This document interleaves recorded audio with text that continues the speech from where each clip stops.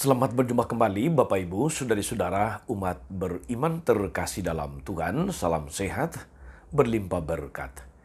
Hari Rabu tanggal 25 Mei 2022, saya Romagus CSSR mengajak saudari-saudara merenungkan hari ini kutipan Injil Yohanes bab 16 ayat 12 sampai 15, kelanjutan dari kutipan Injil Yohanes kemarin. Kita mendengarkan sabda Tuhan terlebih dahulu dalam nama Bapa dan Putra dan Roh Kudus. Amin.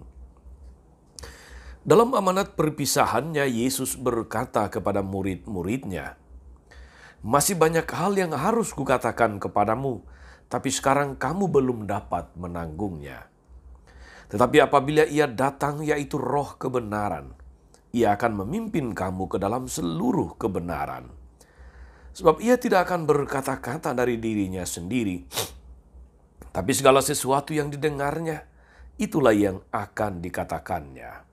Dan Ia akan memberitakan kepadamu hal-hal yang akan datang. Ia akan memuliakan Aku sebab Ia akan memberitakan kepadamu apa yang Dia terima daripadaku. Segala sesuatu yang Bapa punya adalah kepunyaanku. Sebab itu Aku berkata, Ia akan memberitakan kepadamu apa yang Dia terima daripadaku." Demikianlah sabda Tuhan. Bapak Ibu Saudari-saudara, umat beriman terkasih dalam Tuhan kita Yesus Kristus. Kita mendengar amanat perpisahan Yesus kepada murid-muridnya tentang akan datangnya Roh Kudus. Sebagaimana dikatakannya dalam kutipan Injil tadi. Tetapi apabila Ia datang, yaitu Roh kebenaran, Ia akan memimpin kamu ke dalam seluruh kebenaran. Kebenaran yang mau disampaikan oleh Roh Kudus atau Roh Allah adalah kebenaran mengenai diri Yesus sebagai pusat hidup umat Kristiani, pusat hidup manusia. Yaitu kebenaran yang tidak dapat sekedar dirumuskan dengan kata-kata. Kebenaran yang tidak bisa dimanipulasi dengan huruf-huruf.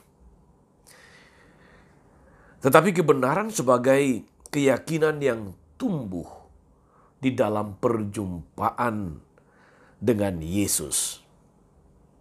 Bagi Yesus sendiri, saudara-saudari, kebenaran itu bukan didapat melalui suatu kompromi, melalui suatu kesepakatan. Tetapi dengan perbuatan nyata yang mengubah hidup. Dalam perjumpaan-perjumpaan yang mengubah hidup.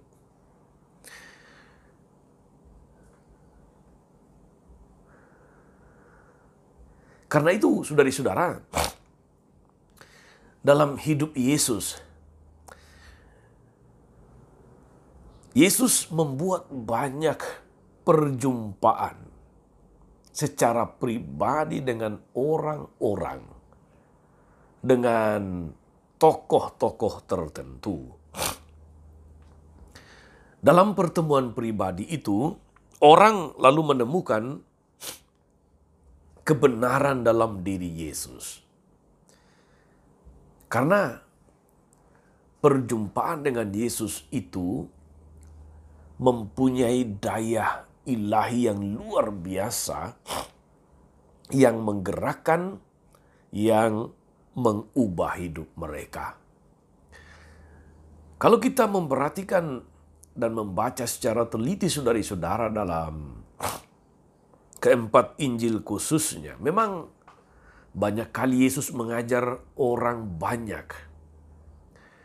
Banyak kali Dia berjumpa dengan kelompok orang. Tetapi juga tidak sedikit Yesus mengadakan perjumpaan pribadi dengan orang-orang tertentu dan mengubah hidup mereka.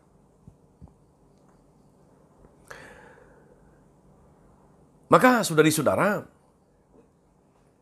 kita misalnya bisa menyaksikan, kita bisa melihat kebenaran kata-kata itu tadi ketika perjumpaan Yesus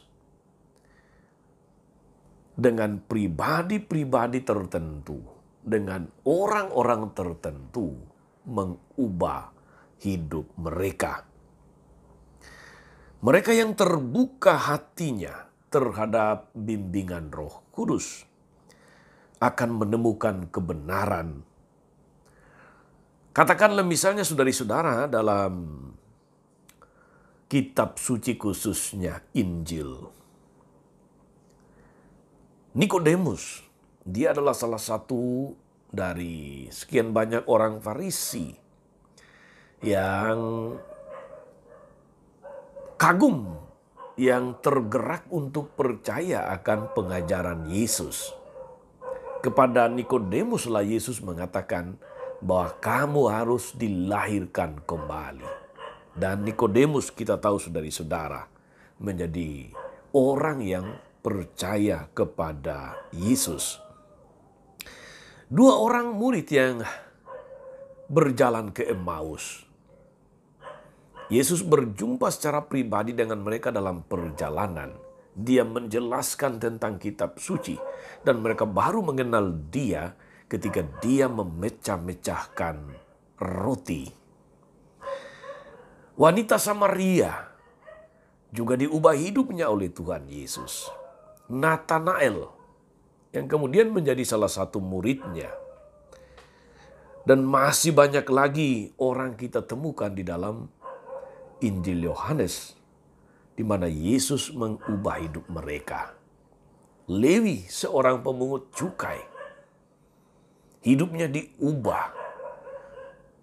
Bukan hanya bahwa dia kemudian meninggalkan pekerjaan lamanya sebagai pemungut cukai dan mengikuti Yesus, tapi dia sungguh-sungguh bertobat.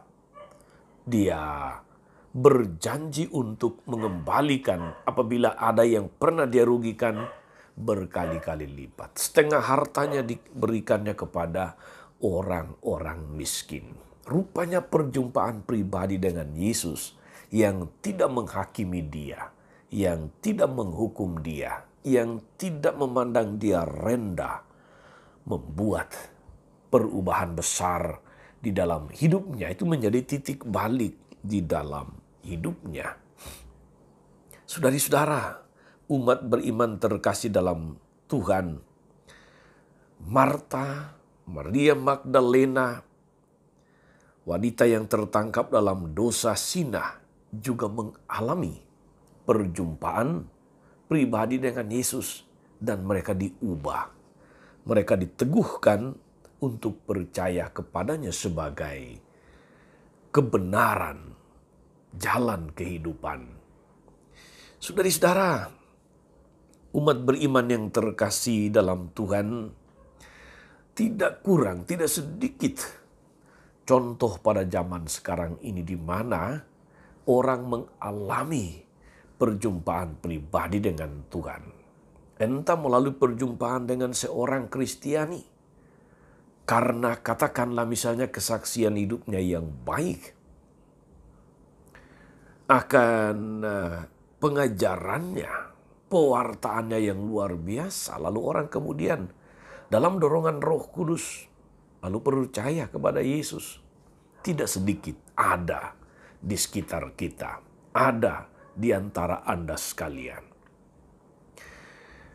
Cuman kita sebagai orang Kristiani bukanlah orang-orang yang senang dengan katakanlah pamer jumlah orang yang mengikuti Kristus karena kesaksian hidup kita, karena pewartaan iman Kristiani. Kita bukan orang seperti itu. Tetapi di dalam kenyataan saudari-saudara, jumlah orang yang percaya kepada Tuhan karena pewartaan, karena kesaksian hidup orang Kristiani, karena Roh Kudus yang membuka hati mereka untuk menerima Yesus sebagai jalan kebenaran dan hidup. Membuat para pengikut Kristus bertambah dari hari ke hari. Semakin bertumbuh dari hari ke hari. Moga-moga kita saudara-saudara terus membuka hati, tidak menutup diri akan Roh Kudus yang terus menuntun kita untuk semakin hari semakin dekat dengan Tuhan, semakin percaya dan menyerahkan diri kepada Tuhan. Moga-moga melalui kita, melalui Anda sekalian, mereka yang telah percaya kepada Kristus tidak meninggalkannya.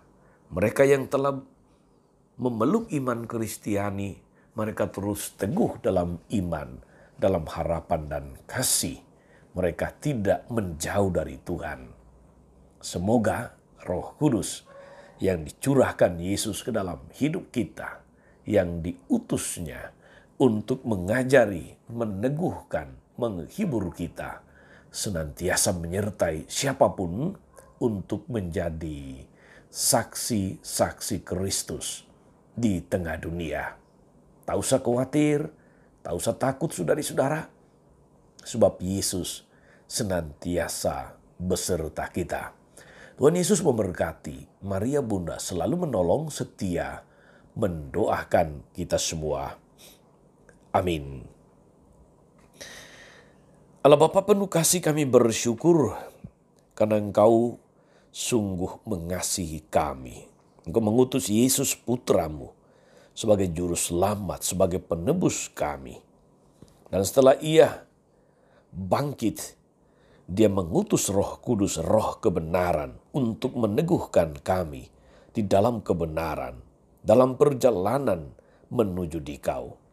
Kuatkan dan sertai kami selalu dengan Roh Kudus, Roh kebenaran-Mu, agar terus memastikan, meyakinkan, meneguhkan kami, agar melalui kesaksian hidup kami semakin banyak orang percaya dan hidupnya diubah.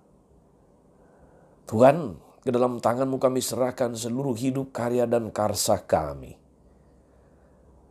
Berkati kami, sertai kami senantiasa, agar hidup kami merupakan pujian bagi nama-Mu yang kudus. Sebab Engkaulah Tuhan dan pengantara kami sepanjang segala masa. Amin. Saudari-saudara sekalian, berkat Allah turun atas saudari-saudara, atas mereka yang kita doakan atau kita janjikan doa, mereka yang sakit dan menderita. Segala rencana, karya, dan pelayanan hari ini, Bapa dan Putra dan Roh Kudus. Amin. Tetap sehat, tetap semangat. Jangan lupa like, subscribe, nyalakan lonceng notifikasinya. Salam 52, Tuhan memberkati.